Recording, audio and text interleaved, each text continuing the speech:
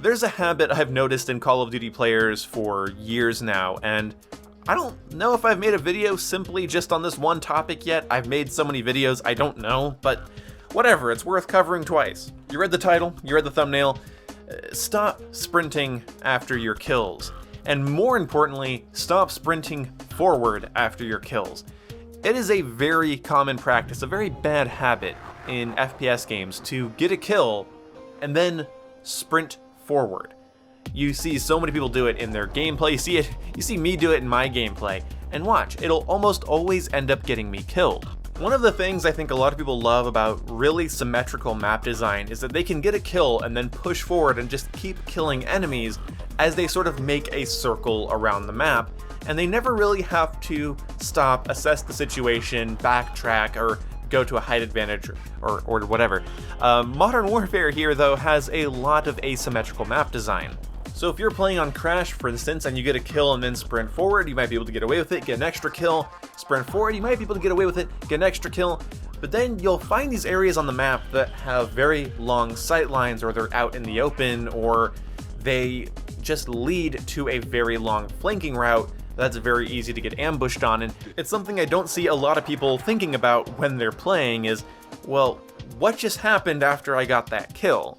So, when you kill somebody in Modern Warfare, assuming you're not using perks like Tracker or any specific type of ammunition or barrel, let's just say you're using a stock M4 and you kill an opponent in a 6v6 match on whatever map off the top of your head. When you see somebody and you shoot them, you've not only made noise, you've shown up on the compass, you have vapor trails flying out of your gun as well as tracers, the enemy you just killed let out probably a noise like a scream or a yell, and there is now a skull above that enemy that the enemies can see. Now, obviously, there are other things you can do to reduce this. There are attachments in this game that hide your tracers, I believe suppressors hide your vapor trails, they keep you off of the compass and the minimap. Using Tracker makes it so enemies don't have the little skull above their heads after you kill them, making it a really good perk for going on flanks. But for the most part, there are a lot of visual and audible cues that enemies can use to pinpoint your location after you kill them. And then there's also another problem. What if the enemies are communicating, or you are in their spawn, or right in front of their spawn? If you're in front of their spawn and they're communicating, then the person that you just killed just called out where you are, and the person you just killed already knows where you are, or where you might run off to, and is going to head right to where you are very quickly. And of course, it's worth noting that sprint out times, although aren't incredibly slow in Modern Warfare, they still need to be taken into the equation. You are not going to beat somebody that's ready for you while you are mid-sprint in a fast TTK game. Also, it's worth noting that you pretty much double, your sprint out time by tack sprinting, and the amount of times I find people tack sprinting in Modern Warfare, full gun up, sprinting at me at full speed, you're an easy kill. You are not a challenge. You have 400 milliseconds in between coming out of that sprint and being able to shoot me, and I've already acquired you. I've already punched your ticket. You're done. So let's assume you want to stay alive, you want to get a higher streak. Here's what you do. You do not run forward after your kill. In fact, you do not sprint to the nearest anything after you get a kill. You wait. Just a little bit. Just wait a teeny tiny bit. It won't hurt you. I've been doing this in shooters for years. I've also been forgetting to do it in shooters for years, but that's whatever. When it comes down to it, killing somebody is not a victory in Call of Duty. Killing 4 people is a victory in Call of Duty, and you're not going to be able to do that if the person that you just killed has basically become a beacon in one way or 4 to your location. If I'm shooting one way and I see my teammate has died on my left, and I know that the person that killed him has to be coming from that same area, I'll just pre-aim the corner. It doesn't matter how campy or uncampy a video game is, that's what a smart player is going to do. I'm not going to sprint at you because you just killed my teammate. I'm going to wait for you to come around the corner because I'm going to assume you're the type of player to get a kill and run forward even further. Now, of course, there are places where that strategy can work, but for the most part, no. You gotta kind of assess your surroundings for a second after you get a kill. Or at least make sure the place you move to next has ample cover from the open areas surrounding the person you just killed. Basically, after you get a kill, take inventory of your surroundings, look at where enemies might come to look for you from, and prepare for gunfights from those areas. Also, don't be allergic to cover. There are people that seem to think that using cover makes them a camper or makes them predictable. No. There's a really funny phenomenon you can see in Modern Warfare where people are just in the open. It's in every FPS game, but it's something I had to learn in Battlefield.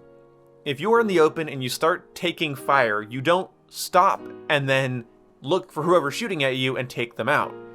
It's actually better to look for a piece of cover first and get behind that, and once you're safe, then return fire. Same with getting a kill. If you get a kill and then you're just sprinting forward, well, how about you sprint to the next piece of cover? How about you move left or right? Maybe you backtrack a little bit. Maybe you get a kill, turn around, get behind another piece of cover, and then wait and watch the area you just killed an enemy at, because people are going to look towards it.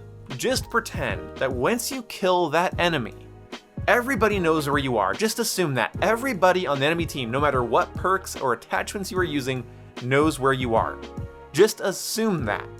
If you're trying to go on long streaks, obviously I turn my brain off and play Call of Duty, and it's whatever. But I'm talking about when you're tryharding, when you're trying to win games, when you're trying to go on long streaks, when you're trying to survive. Just assume that the person you killed let everyone know on that team where you are exactly. Not your general location, not, oh, they have an idea of where I am. Nope. No, do not get your head in the space of, oh, how sneaky am I? Get your head in the space of, oh shit, they're coming for me. Then you won't be surprised. Get a kill, assess, move. Get a kill, assess, move. Get a kill, assess, move. And you do not always need to be moving forward past the enemy you just killed.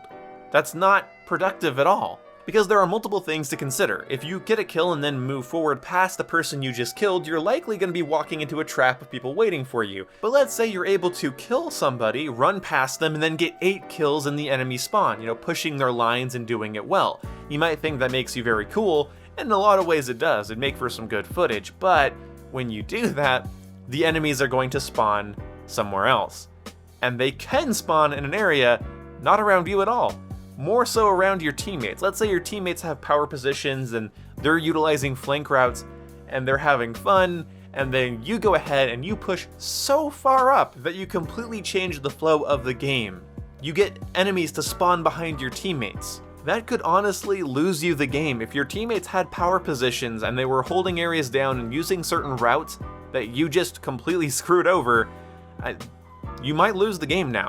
I mean, you got your 8 kills, which is super cool, but constantly sprinting forward does very little for your team. And in fact, if I'm ever playing Call of Duty and somebody kills me and pushes forward and kills me again, I just go, this dude's predictable as fuck. And so when I respawn, I just turn to where he killed me from, and sure as shit, they'll usually, like 9 out of 10 times, come from that area, sprinting full bore, waiting for the next gunfight. You don't need to turn Call of Duty into a probability game. You don't need to turn Call of Duty into an inevitability game. You can control your surroundings, your environment, a lot more than you probably give yourself credit for. You don't always have to be at the mercy of weird spawns and full groups of enemies that you have to fight off by yourself.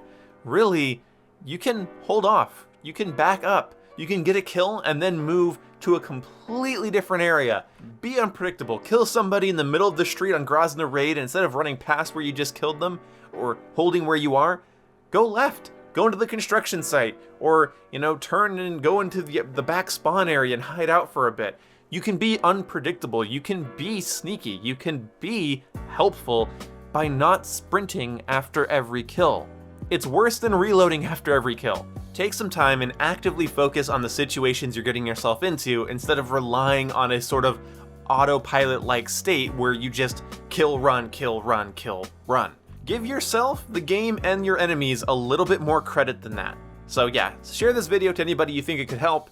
Let me know if it helped you or gave you a different perspective, or share some other tips down below and I might make videos on them if your tip is good enough. So yeah, show me your tips, boys. I'll see you when I see you. Goodbye.